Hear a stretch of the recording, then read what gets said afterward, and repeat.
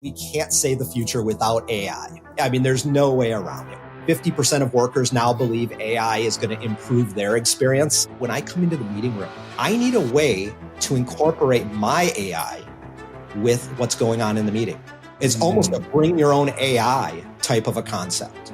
Most of what we do in our day-to-day is going to change significantly. Hear the latest AV trends and predictions in this episode of Crestron's Smarter Spaces podcast on your preferred podcast platform. This move to make things friendlier, user-friendly, that is, it's a double-edged sword. Technology has become so user-friendly that, yes, people are now content creators, they're influencers without needing to be technologists, engineers, or analysts. And it is bittersweet. Thanks to the science of music, you don't need musical talent to make great music. Just listen. I created that just by pressing a button. Why work hard on difficult compositions when a machine can make music better than you've ever dreamed of? Pro AV at the National Association of Broadcasters, ADI by Snap One, and experiencing AV. All that and more next on AV Week. This is AV Week, episode 661, recorded Friday, April 19th, 2024. AV Experiences. This is AV Week, the weekly wrap-up of the biggest audiovisual news and information we have gathered. My name is Tim Albright. I am your host. With us to discuss the news and information we have gathered this week. First and foremost, Willie Franklin. I'm just going to call Willie the AV Sage from now on, because he's wise. He's been around the industry a while. So how are you, sir? I am doing fantastic, Tim. I thank you. I thank you for that crown. That is wonderful. Absolutely. Thank you. Also with us the most interesting Tim in the AV industry, Timothy Troast from Legrand AV. How are you, sir? You're too kind, Mr. Albright. Too kind. Thank you. Last but not least, a young man that first time here, so you two be nice to him, Chris Merrill from Panasonic. How are you, sir? Good, and looking forward to a little leniency here. That's great. Yeah, they're especially Troast. Troast is kind of mean sometimes. I'm just And it's Friday, so anything's and it's possible. Friday. First story of the week. Speaking of Friday, NAB 2024. NAB took place this week in Las Vegas. The National Association of Broadcasters has reported registered attendance of over 61,000 people for the 24 show, marking a slight decrease from the previous year's 65,000 plus attendees, but a significant increase from the 52,000 attendees in 2022. The industry was still kind of recovering from the pandemic. According to NAB, 54% of registered attendees were first-time visitors to the show. The event featured nearly 1,300 exhibitors from 41 countries, showcasing products and technologies in the broadcast industry as well as Pro AV. The show has also increasingly become an audiovisual-centric show. Virtual sets, productions, AV over IP, and conferencing cameras shown. Mr. Troast, we're going to start with you on this. Coming out of Vegas, coming out of NAB, and quite frankly, ahead of 6 weeks, I think, 49 days from this recording, before we head back to Vegas for InfoComm. What are some of the things that happened at NAB that the end user IT managers should be aware of coming out of NAB this week? Well, I didn't go to NAB this year, but I've been many a time, so I'm going to assume it was pretty consistent. And I think the evolution of the technology is such that end users have access to more capabilities without pulling in expertise and specialists.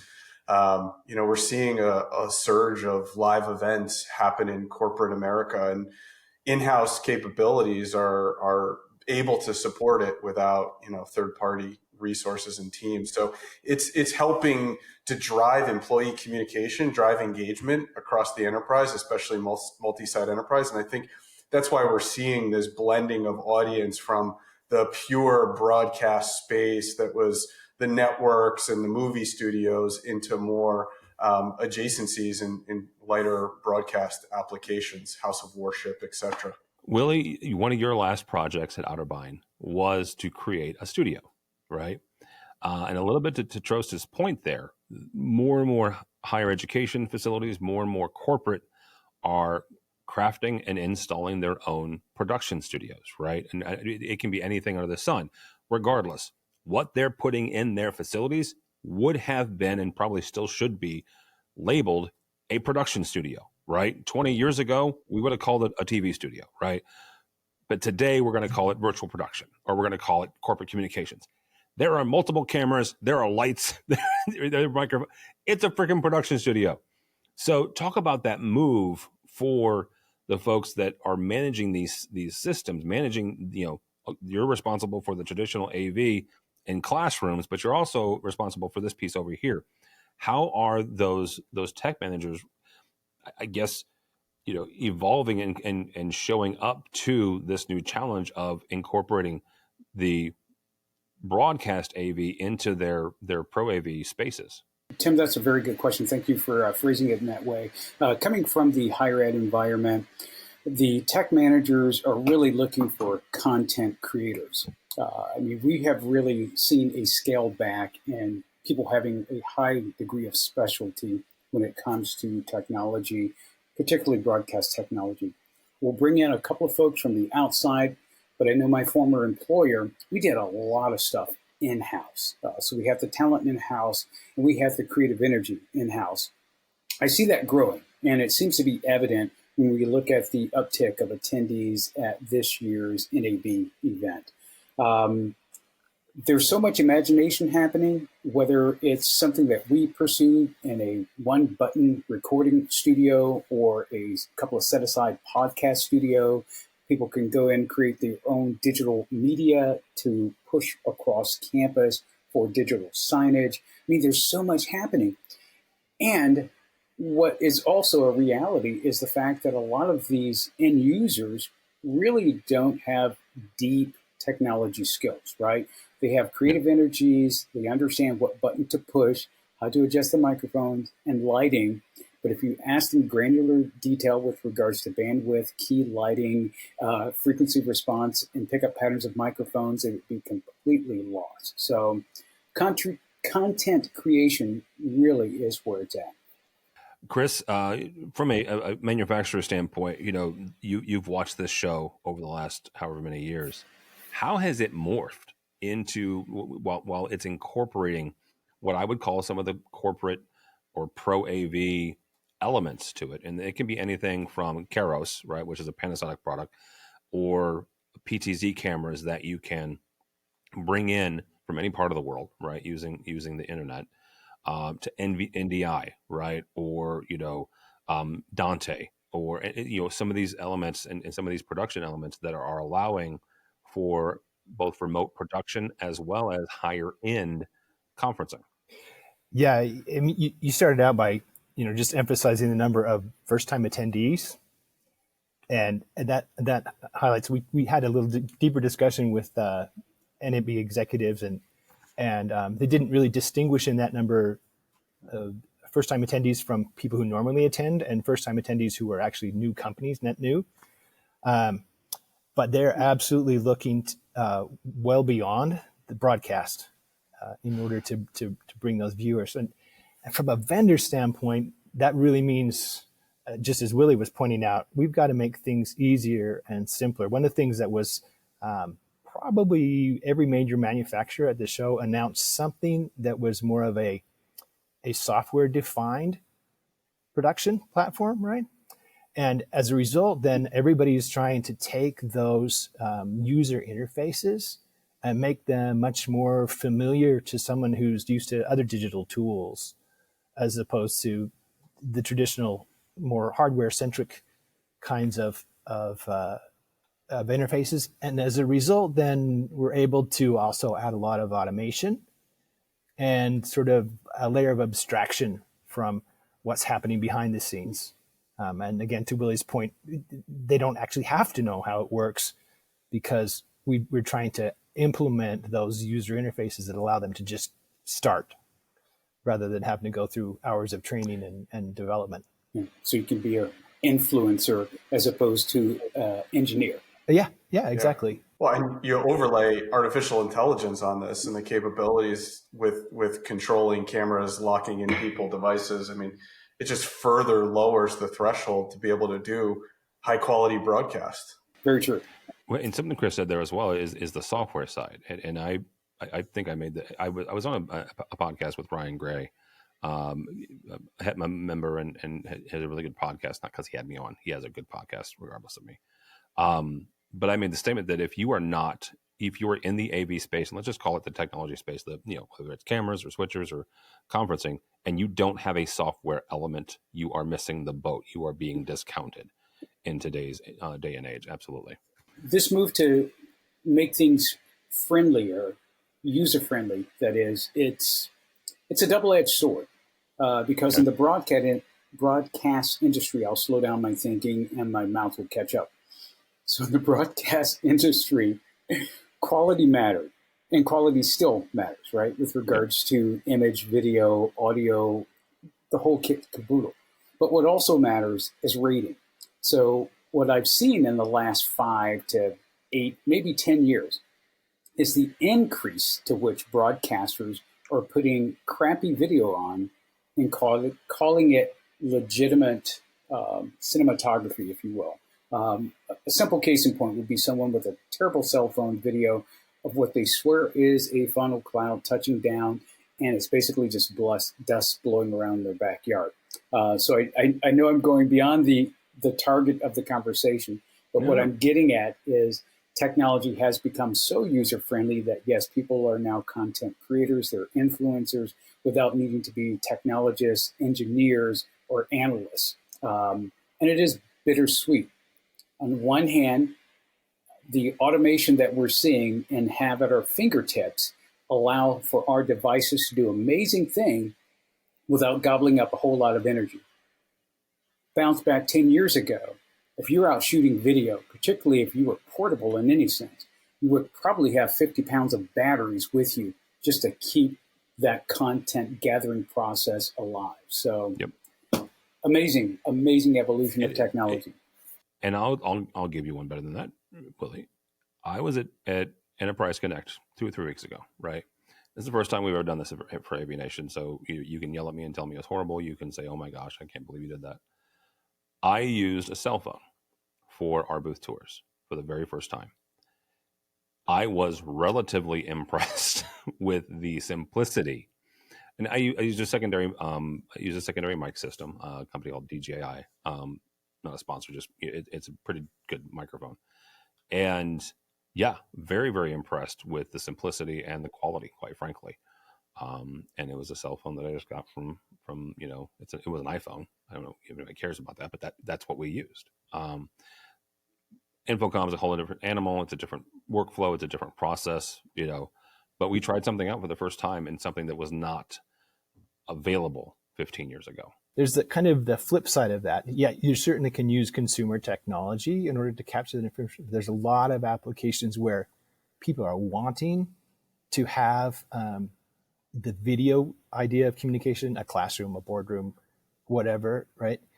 Where that cell phone just doesn't work because you don't have the right angles, all of those kinds of things. And so to be able to build some of that software smarts we were talking about into, say, a PTZ camera or something else like that, that allows you actually, without any experience, to still get those angles, to have it track the speaker, to zoom in when you need to.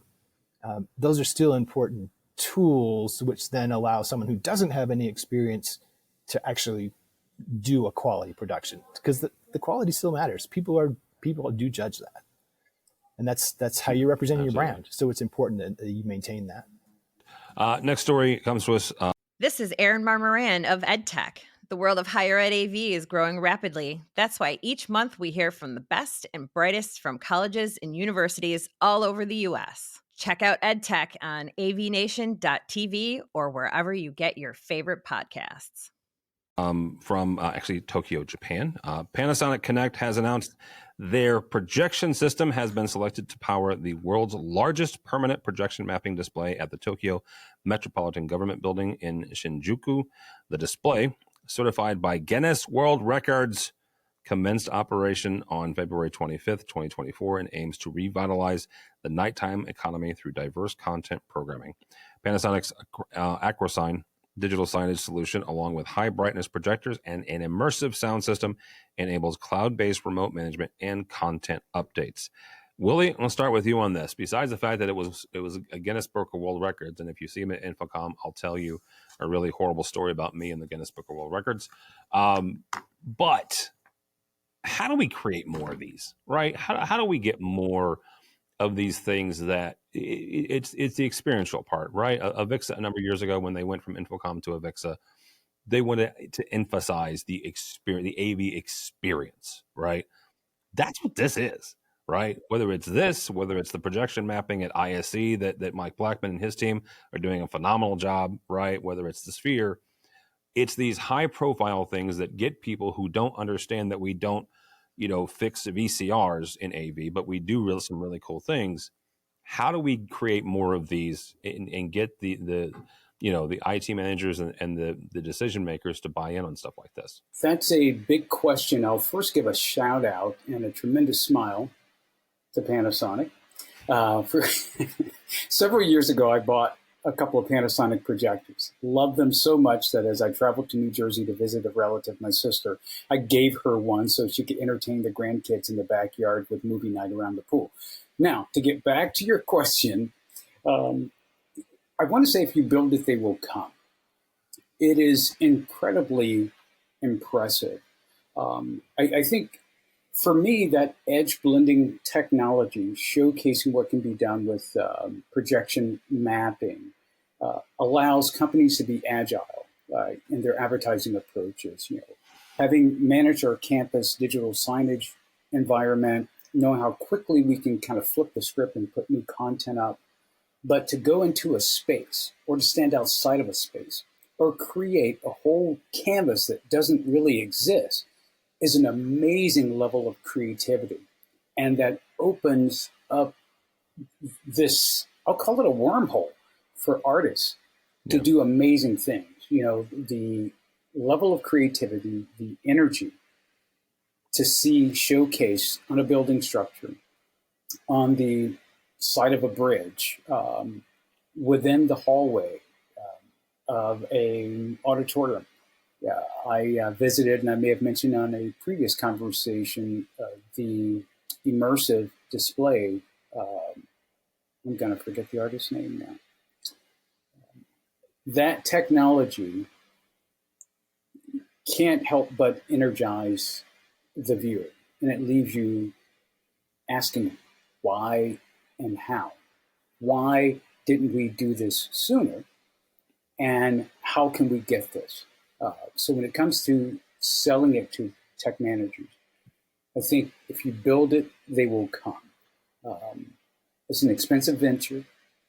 It takes a lot of energy, but it also removes one of the barriers to entry, and that is having specialized individuals that are there to stage it, to calibrate it, to run it, to change it, to have an environment like that that can be so easily remote managed is like a win-win. You kind of set it and forget it, so to speak. I know I'm borrowing that tagline from another agency. Chris, same kind of question is, besides the fact that it was Panasonic, and I said this before we started recording, that I would have picked this story whether Chris was on because I love projection mapping. How do we create more of these? I agree totally with Willie, but I think I'd take it one step further. Most of the things that you referenced are things that for me are still sort of passive experiences. They're amazing. You can go, you could see it, but to take it one step further and to allow you to do something that then changes that environment, whether that's a golf simulator, or whether you're using different kinds of screens like smoke or mist, other kinds of things, tracking the individuals inside and having the content respond to what they're doing. When you turn this into, you take that imagination another level, not only are you putting them in an environment that they're seeing it both in their mind, but then as they begin to interact with it, it responds, is a way of really elevating that experience for them. Mr. Troast, you'll have the last word on this one. How do we create more of these experiences and, quite frankly, bring more people into the industry? Because that's kind of my long game here is the more you can excite people with stuff like this, the more people that would be attracted and go, I want to do stuff like that. Yeah, right. It's overcoming some of the historical stigma for what it means to be an AV. and getting people the opportunity. I mean, I'll agree with Willie. Just with my product development background, all too often I've had to create business cases to develop new products for executives to sign off on funding.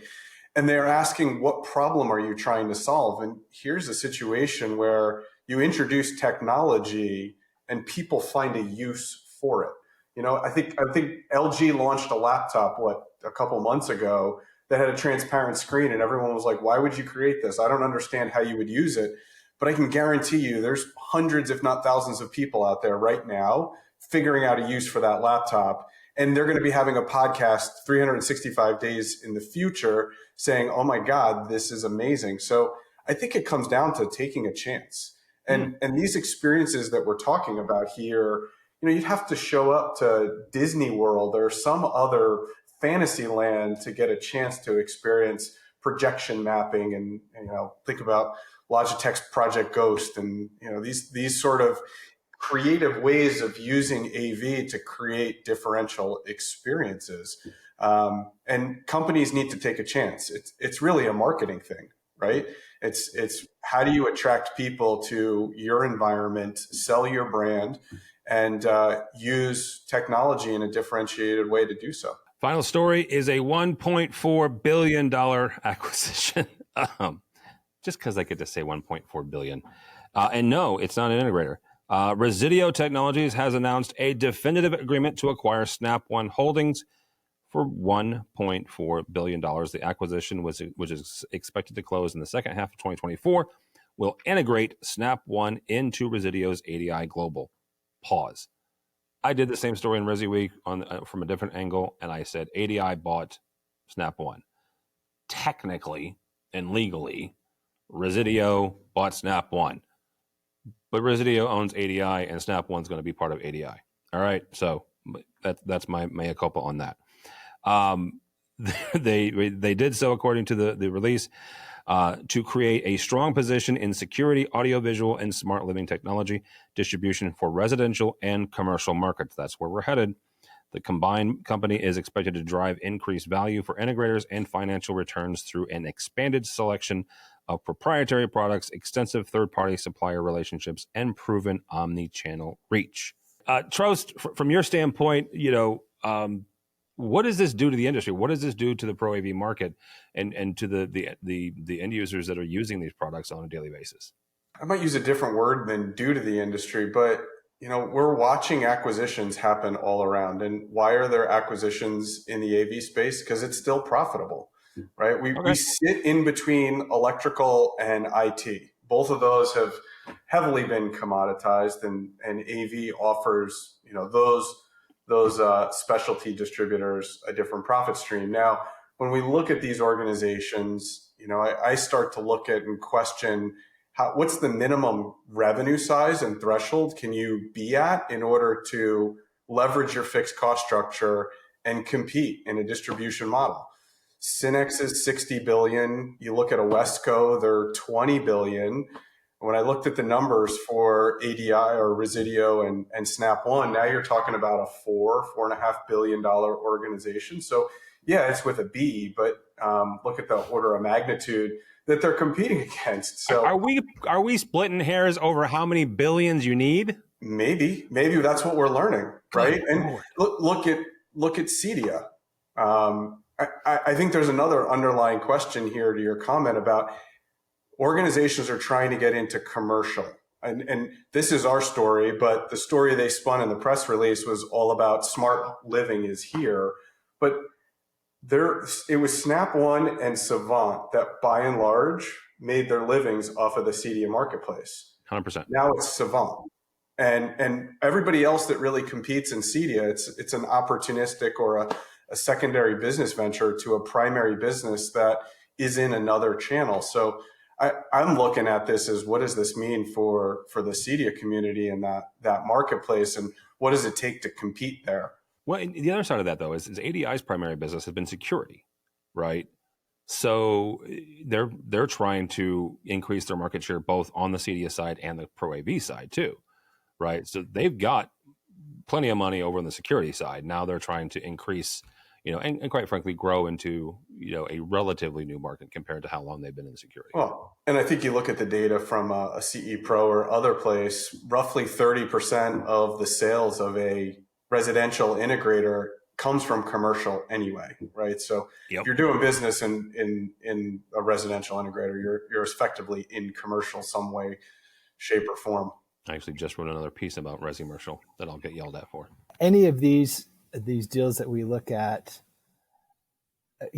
absolutely, that connected environment that we live in is coming. I mean, just coming back from NAB, I went to connect in at my hotel room, and I could connect to the refrigerator and the microwave, and there were like 3 other devices in my room that I could have connected to, but I was just looking for the Wi-Fi. Those networks are around me. But the reality is, every one of those is just a minuscule portion of revenue. And if I, as a manufacturer, because my costs are still pretty high, I just have to hit volume, right? And so I think you'll see more of these deals as they go on, as people try to get a volume that's large enough to sustain the back end they have to have in place in order to make that happen. Scale is critical, to your point, and to get the technology to perform reliably, consistently, you can't do that on a shoestring budget. I mean, look at all the acquisitions Snap did to get to that point, to be $1 billion enterprise, and they were struggling to make it all work. And what I think also is interesting about this is to your point, Tim, on the Honeywell kind of portion, the security portion of it, is now you've got access to a consumer portion of that business, and they can afford to put some more leverage, some more engineers over it, and maybe strengthen up that technology portfolio that Snap became famous for. Willie, I'm going to ask you a question that I'm going to get in trouble for, and that's okay. Okay. Both of these companies, ADI and Snap One, have local offices. They have local stores. Now, they're for dealers, right? Don't misunderstand the question here. If I'm a dealer, I can walk into Snap One, I can walk into ADI, and I can get my hands on product, right? I can touch it, I can feel it, I can take it away and pay for it and whatever. More and more educators, more and more higher ed folks, not necessarily looking to do it themselves. There are some of those, right? And there are certainly qualified in-house integrators that want to get their own product. But they're looking more than that. They're looking to educate themselves. And not everybody's going to get to go to Infocom, right? Infocom last year was about 31,000, 32,000. Oh, this is off the top of my head. And 30% were higher ed. There's a whole lot more folks that didn't go, right? What could something like this do for those folks who's looking to educate themselves on the latest product without having a roadshow, without having something local? Because again, I live in St. Louis. St. Louis is no longer an NFL city, but it's also not, it's not a major market. I love my folks here in St. Louis, but when I was on the radio 20 years ago, we were a top 20 market. We are no longer that. So there's no road shows here. There's no E4, right? There's no Alamo E4. Yeah. It's coming back soon. Yeah, it's not. But is something like this, interesting to education, to higher ed folks who are looking to get their hands on stuff? And would this, lend itself to a potential education play from ADI to say, look, end users, come in, right? We'll educate you. We'll show you the latest, greatest things. Not going to sell you anything, right? We're still a dealer channel player, but we'll show you whatever we got. Absolutely. It's a complex piece. I'll leave my integrator hat off. Just talk from the end user perspective, as well as looking at that buyout or buy-in. For me, this is a huge win, if for no other reason, the fact that I often enjoyed walking in through the door of a business, seeing what they had to offer, having the opportunity to talk with an engineering team, having the opportunity to talk with an integration team, having the opportunity to talk with a software development team, all in one house. So when we pull those entities together, in some regards, we get that because it becomes cheaper to buy it versus building it. I can't afford to build a whole new team and have several units, but I can buy into what already exists and strengthen my resolve or strengthen my market share from that perspective.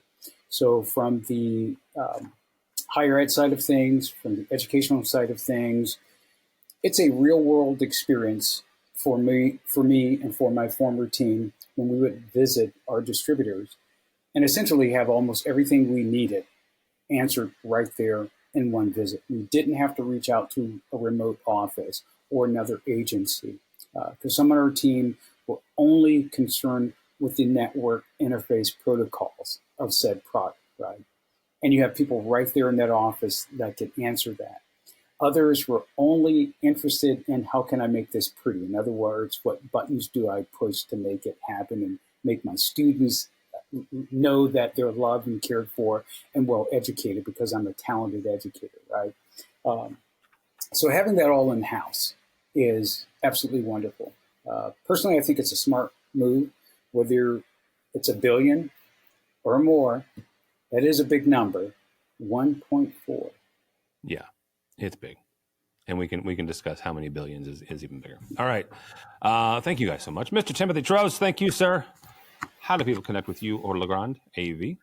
Yeah, check us out, legrandav.com. You can find me on the socials at Timothy Troast. Like I said, the most interesting Tim in the AV industry. Mr. Willie Franklin, thank you, sir. How do people connect with you? Well, Willie Franklin is, all over the place with regards to projects and consulting. I can easily be reached at Franklin DJ and Event Services at gmail.com. You can also find me on LinkedIn. Just look for Willie Franklin. All right, very good. Mr. Merrill, thank you, sir. Appreciate your time. How do people connect with you or Panasonic? Pleasure to be here. And actually, it's Panasonic.com. That's the best way to reach us. So pretty straightforward. For me, for Tim Albright, do not follow me anywhere at any time. Don't do it. It's not very interesting. But go by the website if you would, please, AVNation.tv. That's AVNation.tv. You'll find this program and a host of others. Brand spanking new State of Control actually landed today that we are recording this, so check that out. EdTech as well as the Women in AV. Also check out our coverage of Infocom, which starts on May 6th. May 6th is when our coverage of Infocom starts. We've got a bunch of previews coming down the pipeline. And, of course, we'll be there the 12th through the 14th of June in Las Vegas, Nevada. All that and more at AVNation.tv. That's AVNation.tv. Thanks so much for listening. Thank you so much for watching. That's all the time we have for AV Week. The network for the AV industry. What are you listening to? This is AV. This is AVNation. This is AVNation.